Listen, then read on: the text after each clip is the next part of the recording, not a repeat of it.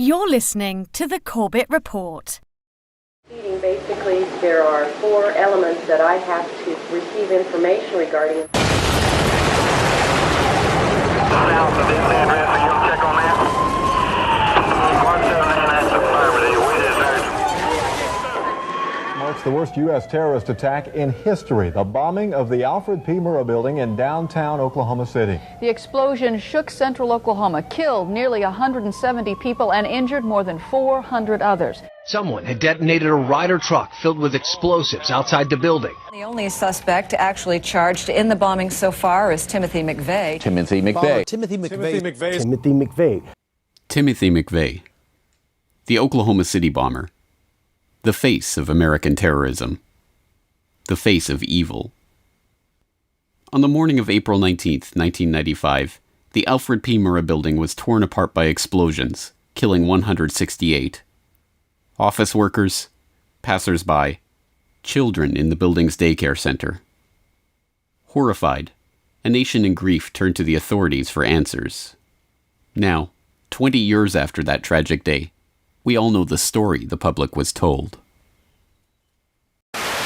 Less than a week away now from the 20th anniversary of the Oklahoma City bombing. It's still the largest act of domestic terrorism our country has ever seen. At approximately 8:40 in the morning on April 19, 1995, a slow-moving Ryder truck was seen near the Alfred P. Murrah Federal Building in Oklahoma City. A Ryder truck loaded with a diesel fuel and fertilizer bomb blew up next to the Alfred P. Murrah Federal Building, cutting it in half.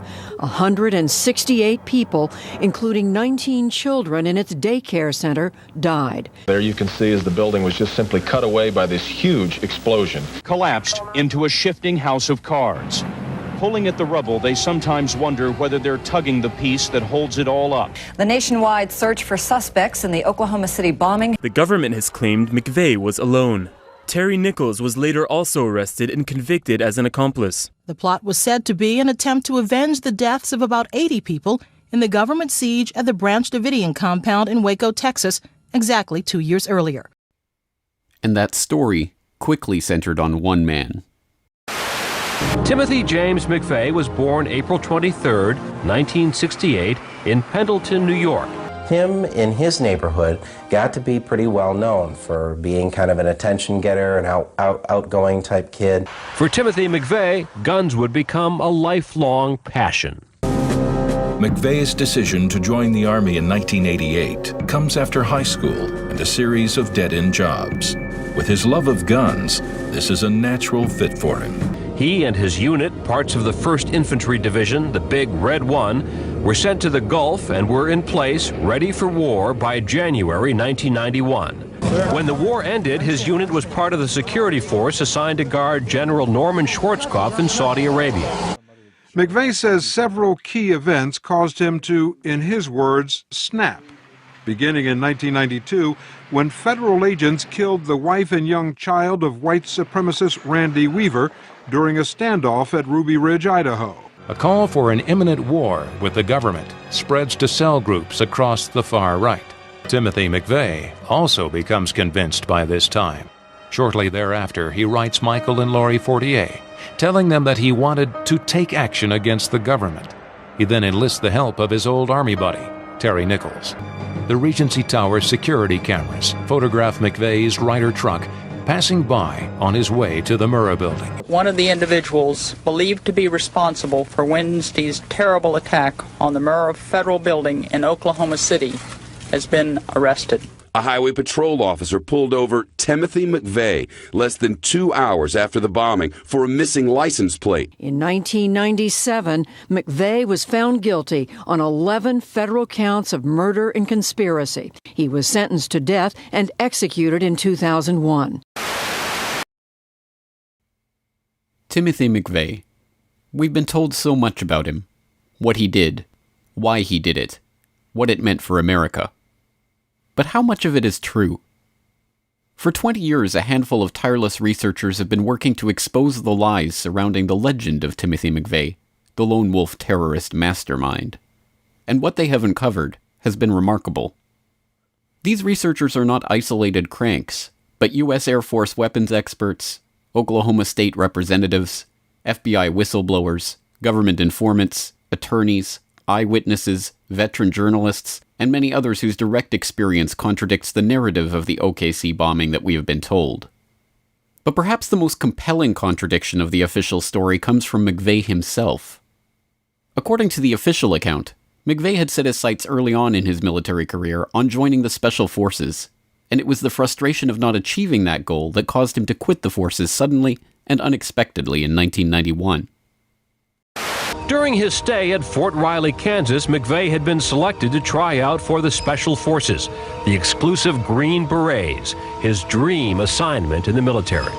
And had trained extensively for it, doing hundreds of push-ups and hundreds of sit-ups every day, carrying 100 pounds of gear 13, 15 miles a day to get himself in the physical condition for the course. The Gulf War changed that for him.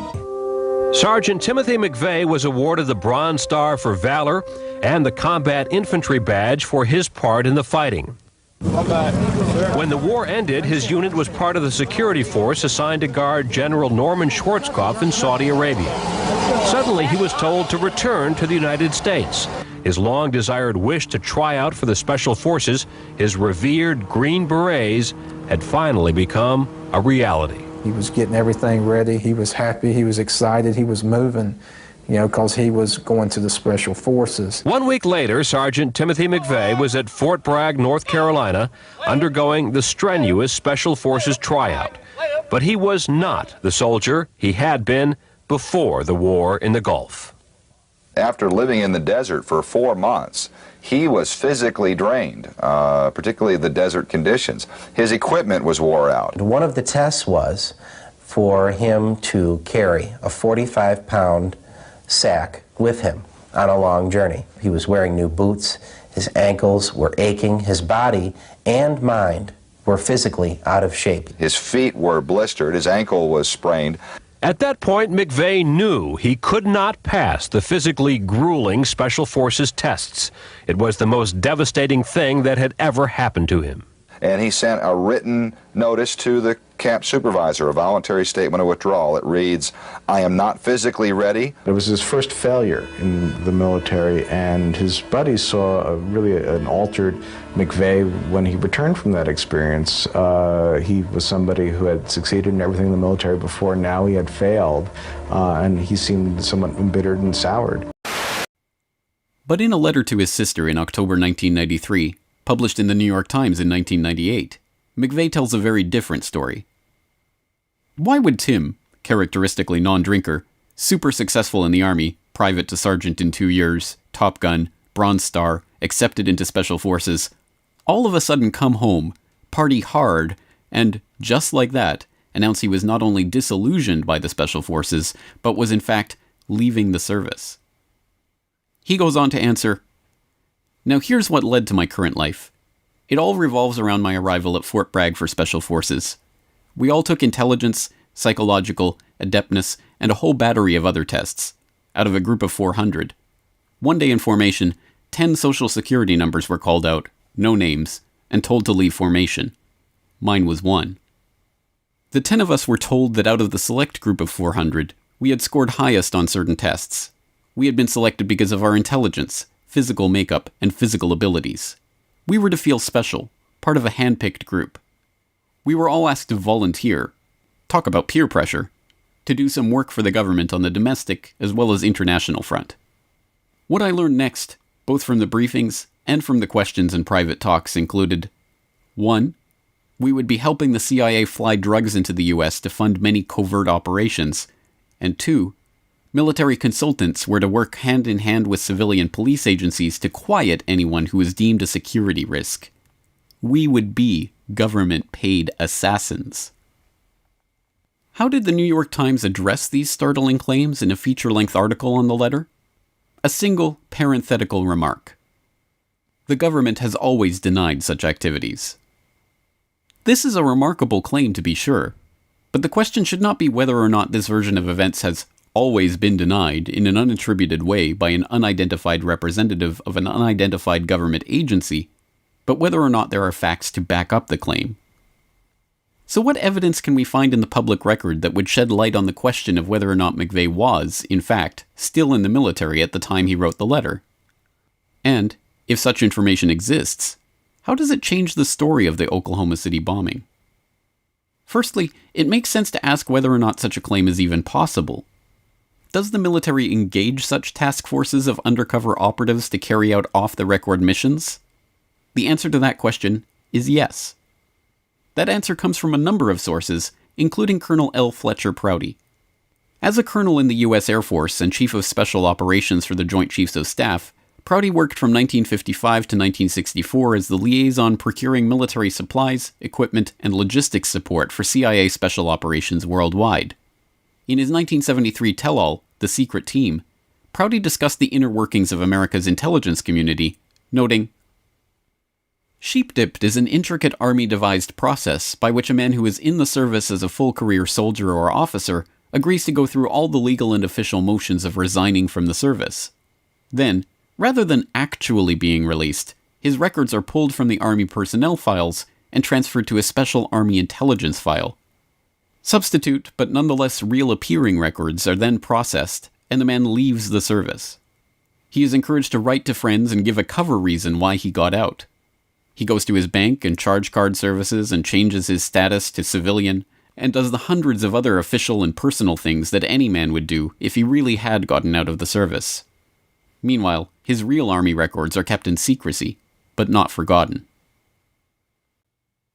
This tactic was used, for example, in Project Heavy Green during the U.S. military participation in Vietnam in the 1960s. Restricted from deploying troops in Laos by the 1962 Geneva Accords, 48 Air Force personnel were instead sheep-dipped and deployed in Laos as civilian employees of Lockheed to service a bombing radar installation there. But was McVeigh sheep-dipped? By its very definition, this process is designed to be hidden from public view. Under such an operation, McVeigh's resignation, paperwork, even his personal life, would all look exactly as it should if he had genuinely been discharged from the military. Even more frustratingly, the sources of information that could potentially prove that McVeigh was in fact sheep-dipped are being deliberately kept from the public. Take the testimony of Terry Nichols. He is serving an unprecedented 161 consecutive life sentences for his part in the bombing at ADX Florence, a supermax prison in Colorado where he shares a cell block with Ramzi Youssev and Ted Kaczynski. In 2007, he provided a sworn deposition to attorney Jesse Trendue where he stated, "In December of 1992, Timothy McVeigh told me that while he was serving in the U.S. Army, he had been recruited to carry out undercover missions." McVeigh again told the same story to one of his fellow inmates on death row, David Paul Hammer. McVeigh told me and another inmate here that he was actually an agent working for a guy he called the Major, and he allegedly met this man when he reported to for special trainings duty, and he was told to wash out his special training and asked to accept what was called black ops operations, and he would be working as an independent person as a part of, and that he would recruit people to be in his unit. According to McVeigh, this association went on for several years, from the end of 1992, throughout the days of the bombing of the Murrah Building on April 19, 1995. Unsurprisingly, perhaps, the federal government has made it as difficult as possible for the general public to access this information or find out more about these claims. After granting the interview discussing McVeigh's military connections, Hammer was placed on lockdown and even prevented from contacting his attorneys. After receiving Nichols' sworn declaration that McVeigh was an undercover Army operative, attorney Jesse Trendue was prevented from gaining access to depose Nichols by a federal judge. The judge in McVeigh's own case also placed sensitive documents obtained by the defense during discovery under seal, documents that the producer of Oklahoma City bombing documentary A Noble Lie claims prove these connections. So perhaps we can start with just laying out the parts of the record that we can all agree on about Timothy McVeigh and his background. Well, he actually served in the U.S. Army. He was on the security detail for General Schwarzkopf, at the time the Allied Supreme Commander of Allied Forces in the first Persian Gulf War back in 1990. And he was a sharpshooter and a sniper. And he was commended, actually, when he was in custody in the Denver County, or the Denver Federal Courthouse awaiting trial. The Army had to award him 2 medals of commendation for his stellar service. As far as the Special Forces, where it's still murky, we weren't able to find any documentation to support the fact that he did work Special Forces. But we do know that he was an employee by the CIA. He was a drug smuggler and a professional assassin. And this was in the 2.5 years leading up to the devastation of April 19, 1995. We also know that he was on a joint task force with the ATF and the FBI trying to recruit people to help him blow up federal buildings in 7 different cities around the United States. What you have just said will be stunning to those who have only heard the mainstream narrative of McVeigh. So let's talk about the pieces of evidence that document what you're talking about. We were able to go through the defense counsel records. Stephen Jones was very generous in giving us access to those records. They're stored at a particular institution on the campus of UT Austin.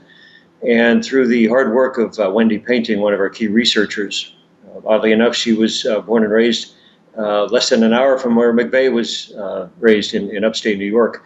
But she had paid several visits to Austin and was able to access these records. The curator of the institution was very kind to us as a film crew.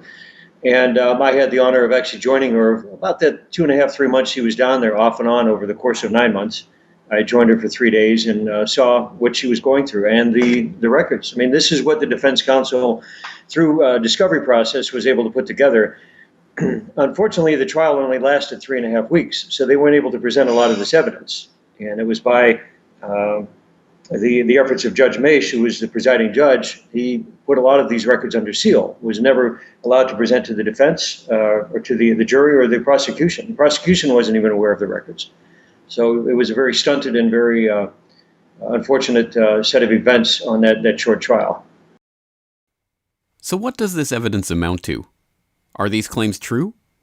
Until McVeigh's full defense records are unsealed, or witnesses like Nichols and Hammer are deposed and their testimony investigated by a grand jury, researchers will have to rely on evidence in the public record to corroborate these claims and arrive at a better understanding of the bombing and McVeigh's role in it.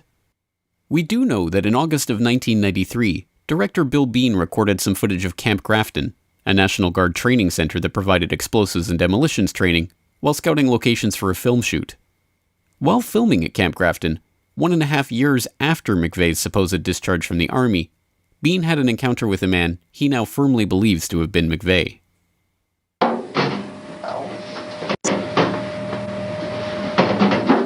So what's your job? What was that? What's your job? Oh, parts clerk. Oh, you just parking this one, huh? Yeah, basically. Hi, my name is Bill Bean. I work in the film industry. On August 3rd, 1993, I was at Camp Grafton, North Dakota. Camp Grafton is a military training academy for the United States Army, the Army Reserve, and the National Guard. The reason I was there was to scout locations for a film project I was working on. I was given a tour of the base. It's designated by Colonel Dahl. We were by the motor pool, and there were a large group of tanks that were parked there. I saw 2 soldiers parking an armored vehicle. I asked the billeting director if I could go over and interview the soldiers. So I walked over to the armored vehicle. It had a porthole in the back. I entered inside. The soldier who had been driving the vehicle was closing a hatch in the front. When he turned around, he looked at me and he froze. I had my video camera running, and I said to him, "What's your job?" And he looked at me and he said, "What?" I said, "What's your job?" He says, "I'm nobody, I'm just a parts clerk." On August 3rd, 1993 is when I videotaped and interviewed Timothy McVeigh a 1.5 years after he was supposedly out of the military completely.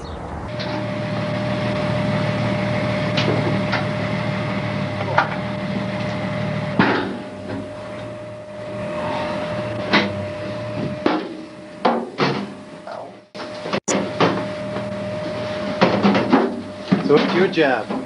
What was that? What's your job? I'm a parts clerk. Oh, you just parking this one, huh? Yeah, basically. Was McVeigh involved in explosives training at Camp Grafton after his supposed discharge? Camp Grafton denies that McVeigh was ever present on base, but beyond the physical resemblance to McVeigh, Professor Michael Blomgren of the University of Utah conducted a voice analysis of the tape and found an 86% match between the person speaking on the tape and audio of McVeigh's interview on 60 Minutes.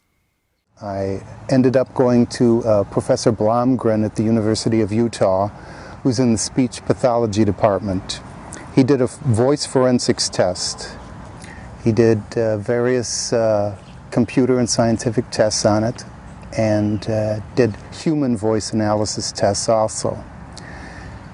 His final report to me was that he would testify in a court of law that this is Timothy McVeigh. He had compared it to a 60 Minutes interview and found a near-perfect, near-exact match. This footage is possible corroboration of McVeigh's story, but it is only that. Possible corroboration. What else can we find on the public record that helps to back up this fantastic tale of McVeigh as a sheep-dipped Special Forces operative? Let's start by examining Nichols' declaration. In it, Nichols, fearing for the safety of his family, notes, "I cannot possibly discuss in this declaration all the information I have concerning the Oklahoma City bombing and others involved, but crucial parts of this terrorist act remain hidden from the American people, especially the identities of the others unknown who collaborated with McVeigh in the bombing." Nichols goes on to reveal the name of one of these collaborators. After noting McVeigh seemed upset and angry in learning about a change in targets for the bombing, Nichols writes that, in what I believe was an accidental slip of the tongue, McVeigh revealed the identity of a high-ranking FBI official who was apparently directing McVeigh in the bomb plot. The name McVeigh let slip was Larry Potts, lead FBI agent at Ruby Ridge. According to Nichols, McVeigh was furious with Potts for changing the script on the bombing and, presumably, targeting the Murrah building.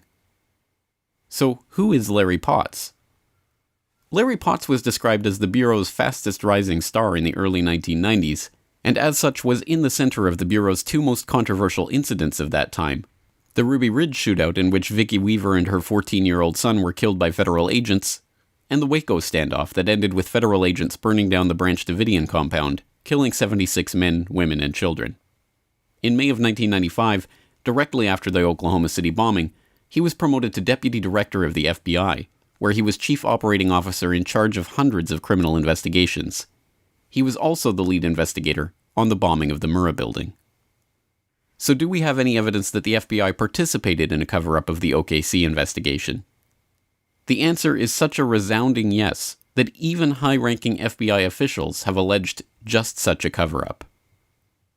We know there were 24 people that were interviewed by the FBI that said they saw Mr. McVeigh on April 19th with someone else, and they had no reason to make it up. They didn't have a dog in that fight. They didn't have any reason to make something up. They told the agents exactly what they saw, and the agents wrote it down. If only one person had seen it, or two or three, but 24 people say, yes, I saw him with somebody else, that's pretty powerful.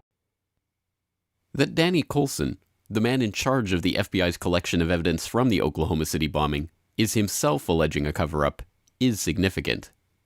As Coulson points out, in the immediate wake of the bombing, the largest manhunt in the history of the Bureau was launched to find the two men who were reported as having rented and driven the Ryder truck to its destination. John Doe number 1 was soon identified as McVeigh, but John Doe number 2, his accomplice, remained at large. Who is John Doe number 2, and where is he? Employees at the truck rental business in Kansas also helped with a sketch of a man who they say was with McVeigh, a square-jawed suspect with a tattoo on his left arm. Authorities made a second, then a third sketch of John Doe 2 with a ball cap, based on a description from an Oklahoma City man who says he gave McVeigh and John Doe 2 directions to Northwest 5th and Harvey, the Murrah building, 30 minutes before the bombing. So he pulls up and, gets out of the truck? No, he pulls up and I go up to the truck. I went to see what he needed. He said he was kind of lost a little bit. He said he was looking for 5th and Harvey, was the words he gave me. He did not distinct a building, the Murrah building or nothing like that. He just asked me where direction of 5th and Harvey was.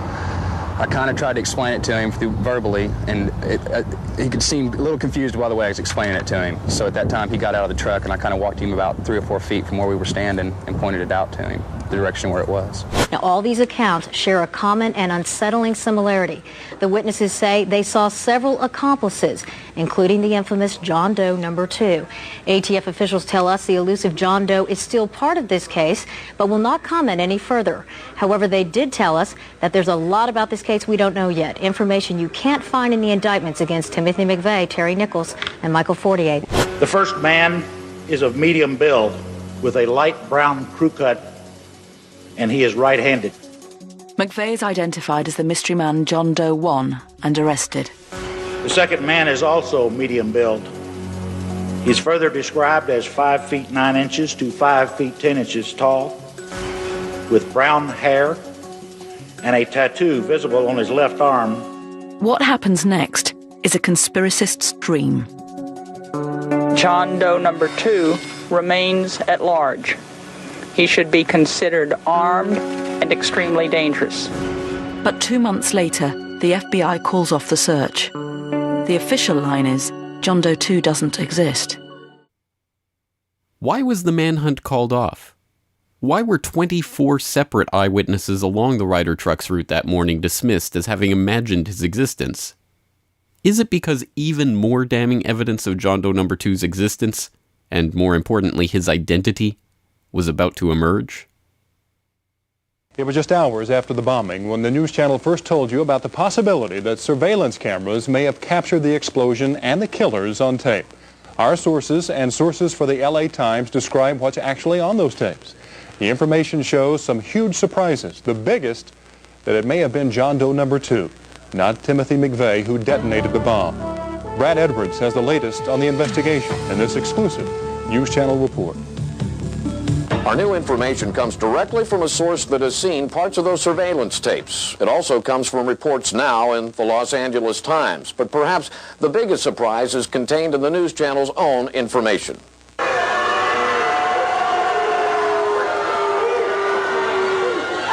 Timothy McVeigh was not the last person to leave the Ryder truck. In fact, another man sat inside the cab of the truck after McVeigh got out. We believe that man is John Doe number 2, a man who, for all we know, is still on the loose, leaving open a vital question. Was it John Doe number 2 who actually set off the bomb, not Timothy McVeigh, as we've all been led to believe? News Channel 4 has for weeks been demanding copies of the surveillance tapes from the FBI. The federal government so far is dragging its feet. But many people in the investigation have seen the tapes, and now so has a source willing to describe to the news channel what the tapes show. The LA Times report shows there was a surveillance camera near the corner of 5th and Harvey and another near the corner of 5th and Robinson. Federal investigators recreated the time sequence leading up to the bombing by matching the video and still photos from the surveillance cameras. Since we can't show you the tape ourselves, we're reenacting what our source says he saw on those tapes. As witnesses told the news channel before, the tape showed the Ryder truck parked in front of the Murrah building where we now know the blast went off. As witnesses also told us, the tape showed 2 men sitting inside the Ryder truck. A man strongly resembling Timothy McVeigh gets out of the driver's side, steps down. He then appears to have dropped something on the step up into the truck. He bends down and appears to pick something up off the step. Then he turns and walks directly across 5th Street toward the Journal Record building. All this time, John Doe number 2 is still inside the Ryder truck's cab, sitting on the passenger side. Time passes. The surveillance tape is time-lapse photography. Without knowing exactly the time interval between shots, our source can't be sure how long John Doe number 2 sat in that cab. What was he doing all that time? Then the tape shows John Doe number 2 getting out of the passenger side of the Ryder truck. Again, the tape shows that a bombing witness accurately described what happened next to News Channel 4. Standing in the building, and I looked out the window, and I seen the Ryder's truck, and I seen a man get out of the Ryder's truck. The tape shows John Doe number 2 getting out, shutting the passenger side door. He steps toward the front of the truck and is momentarily out of the frame of the surveillance camera. But shortly he appears back in frame, walking toward the rear of the truck, still on the sidewalk in front of the Murrah building. Again, he turns east toward the front of the truck, looking toward the street. John Doe number 2 then walks diagonally across 5th Street toward the east, as if heading toward the YMCA or the intersection of 5th and Robinson. He again leaves the frame of the camera. Another camera shooting from another angle clearly shows the actual explosion that destroyed the federal building and killed 169 people. In any normal trial, the footage of the defendant at the scene of the crime with the alleged murder weapon would be the centerpiece of the prosecution. But this was no ordinary trial. Not only did the FBI never produce the surveillance footage in court, they never released it at all. Despite multiple sworn affidavits showing that the tapes exist, that they show John Doe number 2, and that the cameras were removed from the scene by the FBI on the day of the bombing, they have still never been shown to the public. After a years-long court case that continues to this very day, the FBI claim that they have searched their records for the tape, but they just can't find it. So why is the FBI so concerned about keeping this footage from the public? It shows two things which could completely change our understanding of what happened on April 19, 1995. The first is the possibility that the Ryder truck bomb was not the only bomb at the Murrah building that day. The first bomb that was in the federal building did go off. It did the damage that you see right there. The second explosive was found and diffused.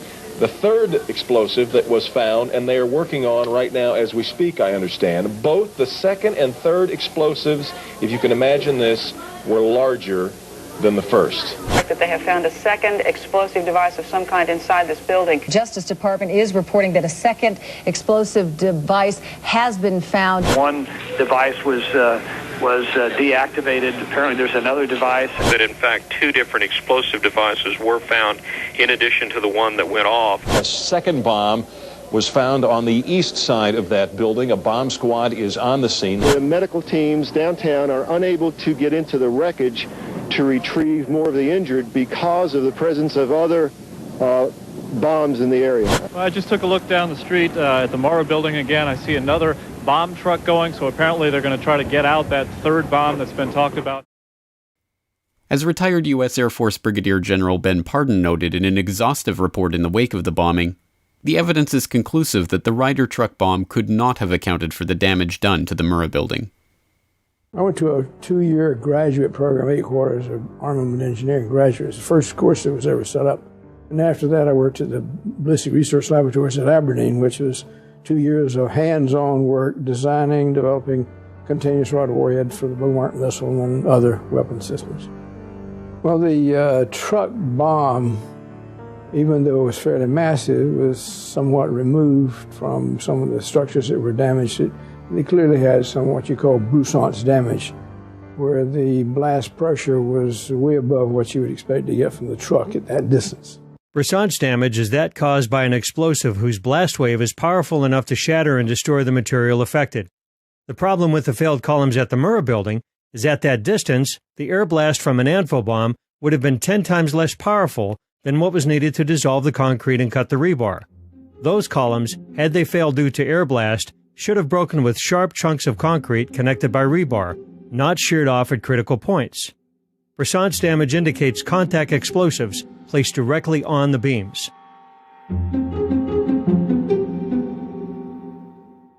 Even more perplexing is the total collapse of column B3, which caused the floors on the east side to pancake onto one another. The building was gutted to within feet of the other side. Column B4, closer to the truck bomb, is completely intact. Yet we are supposed to believe that a blast wave traveled through B4, leaving the sheetrock almost untouched, and completely destroyed the column farther away. And most of the front columns were destroyed when the supporting header beam failed. But the cause of failure, supposedly being air blast, should have thrown it into the building. Instead, it fell straight down and rolled towards the crater. General Parton's report was conclusive. The Murrah Federal Building was not destroyed by one sole truck bomb. The major factor in its destruction appears to have been detonation of explosives carefully placed at 4 critical junctures on supporting columns within the building. Many independent experts concurred with the Parton report. Sam Cohen, inventor of the neutron bomb, issued this statement. I believe that the demolition charges in the building that were placed inside at certain key concrete columns did the primary damage to the Murrah Federal Building. It would have been absolutely impossible and against the laws of nature for a truck full of fertilizer and oil, no matter how much was used, to bring the building down. The FBI put all their weight behind the lone bomber theory and tailored the evidence to fit that scenario. Dr. Frederick Whitehurst, a supervisor at the FBI crime lab, turned whistleblower over the Bureau's handling of the evidence in the Oklahoma City bombing. Released a report today condemning the FBI crime lab for mishandling evidence and for slanting its analysis. The report is expected to specifically criticize the lab's handling of the Oklahoma City and World Trade Center bombing cases. It was the allegations of FBI whistleblower Frederick Whitehurst that sparked that investigation. Forced to resign, Dr. Whitehurst testified in Terry Nichols' trial that a fellow FBI chemist had changed his findings and lied under oath after meeting with federal prosecutors. The Office of the Inspector General, or OIG, investigated Whitehurst's charges and issued a report which concluded that the FBI crime lab had improperly identified the characteristics of ANFO, the weight of the bomb, the detonation system, and even what kind of explosive was used.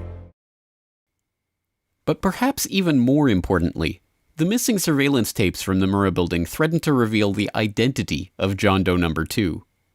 And as it turns out, there is every reason to believe that the missing accomplice in the case is, exactly as McVeigh himself alleged, a government informant, agent, or operative. Documents obtained under the Freedom of Information Act over the past decade have exposed a long-classified FBI operation from the early 1990s. This operation, dubbed PATCON for Patriot Conspiracy, involved FBI infiltration of the militia movement, including the very circles that McVeigh himself, model soldier and Special Forces recruit, was now moving in. Attorney Jesse Trenadu has been one of the most outspoken voices about the PATCON operation and how it relates to the events in Oklahoma City. As I pursued this over the last 16 years and lots of lawsuits and fights with the FBI, I stumbled across an operation that the FBI called PATCON, P-A-T-C-O-N. PATCON was an acronym for Patriot Conspiracy. Mm-hmm. And the FBI began to distance itself from PATCON when I was probing, and they said it was just a simple operation where they were going to infiltrate some militia folks in Alabama who had stolen some night vision goggles from a military base and were selling them. But it was clear to me that PATCON was bigger than that, much, much bigger. And there were PATCON operations going on all over the country. And they referred to them as PATCON Group 1, PATCON Group 2, PATCON Group 3. PATCON, meaning that's the FBI's name for their wide-scale, you say, investigation and infiltration of the radical right in the early, mid-1990s. And apparently it went throughout the 90s because here last summer I received a phone call from a fellow who said, I've been seeing what's been posted on the internet from your FOIA lawsuits with the FBI. And he said, you have all the pieces, but you just haven't put them together. And I said, what do you mean? He said, well, you just don't see the picture. And so he came to see me, and I directed him to Newsweek magazine and to some other reporters. He had been one of the top undercover operatives for the FBI in PATCON for almost 10 years. He had infiltrated some 23 groups. He started out believing it was the right thing. He wasn't, so many of these informants are people who are caught in the act of committing a crime and are forced to go undercover for the FBI. He did it voluntarily because he thought these hate groups, what described him as hate groups, were dangerous. In hindsight, he said he looked back on it and he sees now that the agenda was to infiltrate and incite the militia movement, the right-wing Christian movement, the violence, so that the Department of Justice could crush them. He said that Ruby Ridge was a PATCON operation. He said that Waco was a PATCON operation. He believed that Oklahoma City was, but he wasn't involved in it. But he did say that other members of the PATCON group were involved in Oklahoma City. At the center of the many threads of this operation was Elohim City, a white supremacist compound in Oklahoma whose chief of security was the enigmatic Andreas Strassmeyer, son of former German Chancellor Helmut Kohl's chief of staff and a former lieutenant in the German army with military intelligence training. And we have another angle on this as well from Carol Howe. Are you familiar with her case? She was actually hired by the ATF to infiltrate the compound in LOM City, which was in eastern Oklahoma, almost right on the Arkansas border. And they gave her ordnance, they gave her pipe bomb material, everything to just find out if the people within LOM City were, capable of actually doing something, such as the Oklahoma City bombing. And come to find out, there was ATF and FBI informants that she didn't even know about. So it was really an odd mix of informants. They're not communicating with each other. Catastrophic breakdown in communication. I gave them warnings, targets, specific targets, addresses of targets, names of targets. I know of too many people that were talking about that building, talking about Oklahoma City, talking about doing something on that date using a truck bomb. In her report to the ATF in December, Howe reveals that Strassmeyer planned to forcibly act to destroy the U.S. government with assassinations, mass shootings, and bombings.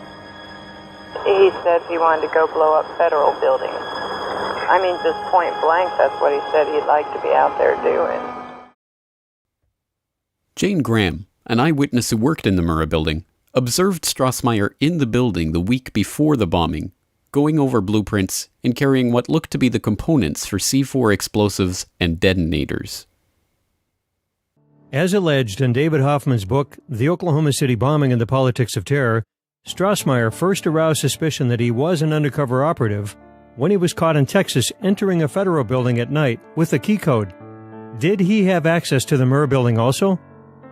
When we interviewed Jane Graham, who was a survivor, she said that when she went to work, it was either the day before or 2 days before, I don't remember which, she parked in the basement parking, and when she got out of her car and was walking across the parking garage, she saw 3 guys down there wearing coveralls and placing putty on the columns and stringing wire between the putty. Later, she picks out one of the guys from photographs and says, that's him, and it was Andreas Strassmeyer. Strassmeyer was there listening, going over the plans. He was listening to everything. He was what they were talking about, looking at place, pointing to things. But when they were talking, whatever they happened to finally be talking about, and when I was looking at him at that point, then he left and went over to the other side of the building so I wouldn't keep watching him. The second man that was there, who appeared to be military, he's the one that the man in charge told to put the stuff back in the car. The second man obviously was taking orders from the first man because he had wire in his hands, which I thought was telephone wire. It's that real light color, thin wire. And he also had what appeared to be gray putty. Well, that's exactly how you string composition C4 with det cord. Despite all of this evidence, Strassmeyer was never interviewed by the FBI as part of their Oklahoma City investigation before he had the chance to flee the country and return to Germany. This is just one of many examples of seeming foreknowledge of the attack that have since been covered up or suppressed by the FBI and the ATF. The government has claimed that they had absolutely no prior warning, and yet we start off with the interesting little episode where 2 Air Force bomb squad guys, and these are very special Air Force bomb squad guys that we know were cleared to work for presidential security, VIP security, and so on. They were ordered from Kirtland Air Force Base in New Mexico to Oklahoma City, arriving on Monday the 17th of April, 2 days before the bombing. Their orders were to go to a motel and wait there until contacted by the FBI. I had become aware of this information in 1997, developed some confirming information, but the key was that in the summer of 2001, 2 journalists had separate conversations with one of the 2 individuals on this bomb squad team. He admitted he was there. When asked in separate conversations by both journalists why he was there, he responded, "You'll have to ask the FBI." There was this fairly large truck with a trailer behind it, and it had a shield on the side of the door, and it said bomb disposal or bomb squad below it. Authorities now claim in federal investigative reports that the huge, ominous truck with its trailer was being used by a deputy to run routine errands. Other documents obtained by 2020 show that someone called the Executive Secretariat's office at the Justice Department in Washington and said the Morrow building had been bombed. But this was 24 minutes before the blast. No action was apparently taken. Yet another witness, a rescue worker, says after she talked with an agent at the bombing scene, she also suspected the ATF was warned and agents stayed away from their office that morning. I asked him if his office was in the building, and he said yes. And I asked if there were any ATF agents that were still in the building, and he said no, we weren't here. Witness number one approached an ATF agent nearby.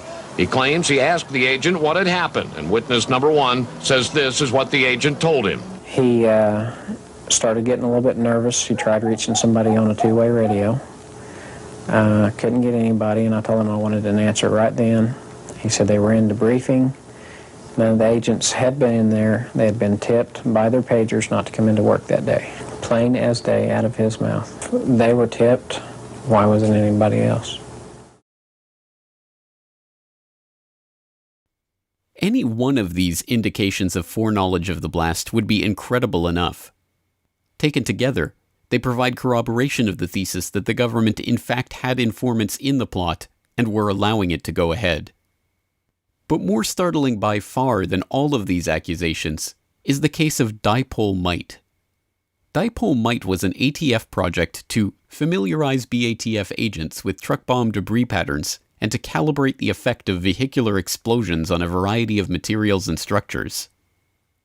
Beginning in 1994, the Bureau conducted a series of experiments at the White Sands Missile Range in New Mexico, blowing up vehicles with C4 and ANFO explosives and analyzing the blasts to gauge the effect of terrorist bombings on government buildings. Even more incredible, pictures emerged in 1997 of a Ryder truck parked at Camp Gruber Training Center in Oklahoma. The source of the image, who feared for his safety and requested anonymity, asserted that the images were taken in early April of 1995, just 2 weeks before the bombing. The National Guard did eventually confirm that the images were authentic, and that the Ryder truck's presence at the camp was related to a weapons sensor project connected with the Defense Advanced Research Project Agency, but issued a statement insisting that this Ryder truck and the weapons project it was associated with, quote, had no association whatsoever with the tragedy at the Alfred P. Murrah building, end quote. Could this be the other Ryder truck that witnesses reported seeing at Lake Geary several days before Timothy McVeigh and Terry Nichols arrived to construct their bomb? The official narrative dictates that Tim McVeigh alone rented the Ryder truck in Junction City, Kansas on April 17, 2 days before the bombing. He and Terry Nichols supposedly constructed the bomb on April 18. But the bulk of eyewitness accounts assert that the Ryder truck was at Geary Lake for several days before that. I retired April 11th, 1995, and after finishing up that morning, I decided to stop by here and fish at Geary State Lake, which is right in this general area here that I was fishing from, the pier or jetty. And I stayed here most of the afternoon fishing, of course, with no luck. And later on that afternoon, I had decided to maybe go back over this way over here to the other point back there and see if I'd have any luck. When I noticed a Ryder truck over there. I was sitting at home one day and my wife came in from work and she said that she had been stopped in a roadblock up here at Geary Lake in reference to the Oklahoma City bombing and the making of the bomb here at Geary State Lake and with a Ryder truck. And I said, well, you know, I had told you about the Ryder truck I had seen there before this. And that's how I became aware of it. And then the next thing I knew, she told the ATF and FBI, the people at the roadblock, that what I had seen. And before I knew it, my house was swarming with agents. Multiple trucks, multiple bombs, government informants, prior warnings, Pat Kahn, John Doe No. 2, Andreas Strassmeyer. The indications of government participation and cover-up in the bombing itself continue to mount and mount, and they paint a very different picture of McVeigh than that of the lone wolf bomber that the government and media have spent 20 years asking us to believe in. But why? If there was government complicity in the plot to blow up the Murrah building, why would this be so? What would the government stand to gain from this? Firstly, PatCon gained its objective of discrediting militias, gun rights groups, and those concerned about governmental overreach once and for all in the mind of the American public. The United States of America, they believe that the United States government is prepared to usurp the Constitution and break down doors and confiscate guns. Am I lying to these people, Bob Fletcher and Jim Trockman? John Trockman. John, sorry, it says John here. You believe this? No, not quite like that. Not the U.S. government. Which government? The one world government? Yes, sir. The United Nations? Yes, sir. And you're in the woods now, and you're not, neither of you, you're not in the woods? No, no, no. Yeah, you're from Montana, the city of Noxon? Yes, sir. The little town of Noxon. 350 people. Maximum. Aha. And you living in the woods? No. No, you're not. Is anybody in Montana? Just their plain homes. You're sitting next to Ray Southwell, who does, from Michigan. You gather in the woods, don't you? In Michigan? When we train? Yeah. That's correct. But you're not living there. I don't quite understand when you say living there. I live in northern Michigan, and I have 20 acres that I live on, and there's a house there. Right. Secondly, an ATF that had suffered a severe backlash from its mishandling of events at Ruby Ridge and Waco could win public support and sympathy by parading as the victim of anti-government crazies. Thirdly, it provided new life to the Omnibus Counterterrorism Act of 1995, a controversial bill introduced by Joe Biden 2 months before the bombing that would have given police broad new powers to use secret sources and secret evidence in terrorism proceedings. Widely denounced as an affront to civil liberties, the bill was languishing in committee. But all that changed on April 19, 1995. The very day after the blast at the Murrah building, the New York Times wrote about the bill that, after the Oklahoma City bombing, there were few surer legislative bets in Washington.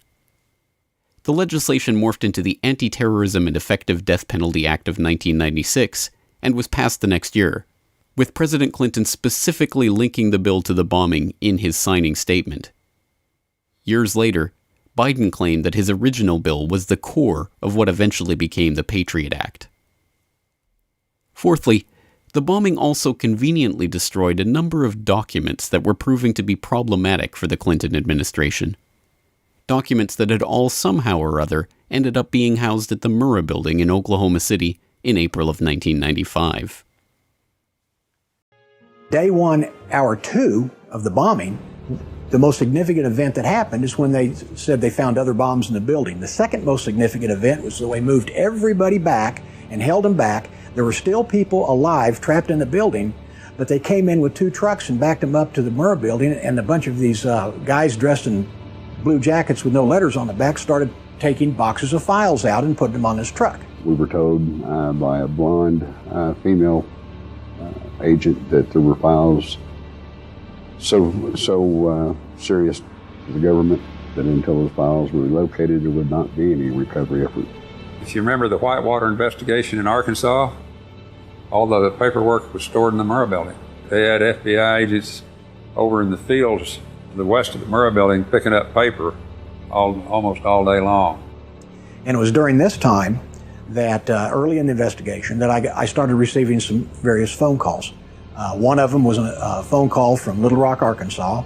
The guy said that he was a federal agent. He was not an FBI agent. He was not ATF. But what he did say was during their investigation of the Clintons, on all the drug running that went through Mena, Arkansas, and Lassiter's Ranch and all of that stuff that was going on at the time during Iran-Contra, that those records, when Clinton went to Washington, were transferred from there to the Murrah building. But what about McVeigh? What was his role in all of this? Criminal mastermind? Convenient patsy? Unwitting dupe? Or sheep-dipped operative, exactly as he claimed to be? It's at this point that most such investigations would end, with the narrator metaphorically shrugging his shoulders and suggesting that the secrets of the bombing might have gone to the grave with McVeigh himself. But this is not such a story. In fact, there are reasons to believe that McVeigh never actually went to the grave at all. He told us many times he would vacillate on this issue from time to time, but his main theme was that he was not going to be executed, that the major was going to have someone infiltrate the execution team, and that he would be given drugs that would feign the appearance of death, and he says the CIA and other people use these drugs, and that they would be taken out, and he would be brought, given some type of medication that would counteract the other, and that he would be rewarded for serving his country. And it sounds a little bit far-fetched, but I mean, I've talked to several people who witnessed the execution, including Janie Coverdale, and she doesn't know one way or another whether Tim was executed. He was covered up from toe to neck, and he couldn't see any type of IV lines or anything running into his veins. And so she clearly says that she doesn't know if he was executed or not, and she watched it. So, I don't know if Tim McVeigh is dead. McVeigh spent much of his time on death row fighting for a very unusual request: to not have an autopsy performed on his body after his execution. Autopsies are standard procedures after federal executions and would have been performed on McVeigh, but his request was granted and no autopsy was ever performed. During the execution itself, one of the eyewitnesses, Susan Carlson of WLS-AM radio, reported McVeigh, quote, appeared to be still breathing, or what appeared to be shallow breathing, even after being pronounced dead, and his eyes remained open, end quote. After the execution, prison officials admitted to using a decoy to throw the public off the trail of McVeigh, who was ostensibly transported to a local funeral home and cremated before his ashes were turned over to his attorneys. Perhaps it's appropriate, in a sick way, that we don't even have closure on this, the one part of the OKC bombing story that even the most incredulous have long believed was unquestionable. After all, the only constant in the case is that at every turn, the government has lied about what they know, withheld evidence, and otherwise kept the public in the dark about what really happened that day. Meanwhile, those brave few who have sought to shed light on these issues, or just gotten caught up in the story, have ended up with their lives transformed, their reputations shattered, and, in some cases, have lost their lives. All in maintenance of this mystery. Anti-government extremist. Is one man. Timothy McVeigh. Timothy McVeigh. McVeigh. Timothy McVeigh. Timothy McVeigh. Timothy McVeigh. McVeigh. Timothy McVeigh. McVeigh. Timothy McVeigh. Timothy McVeigh. One time a sergeant. McVeigh. Timothy McVeigh. A large portion of that building has collapsed and fallen away from the rest of the building. At the moment,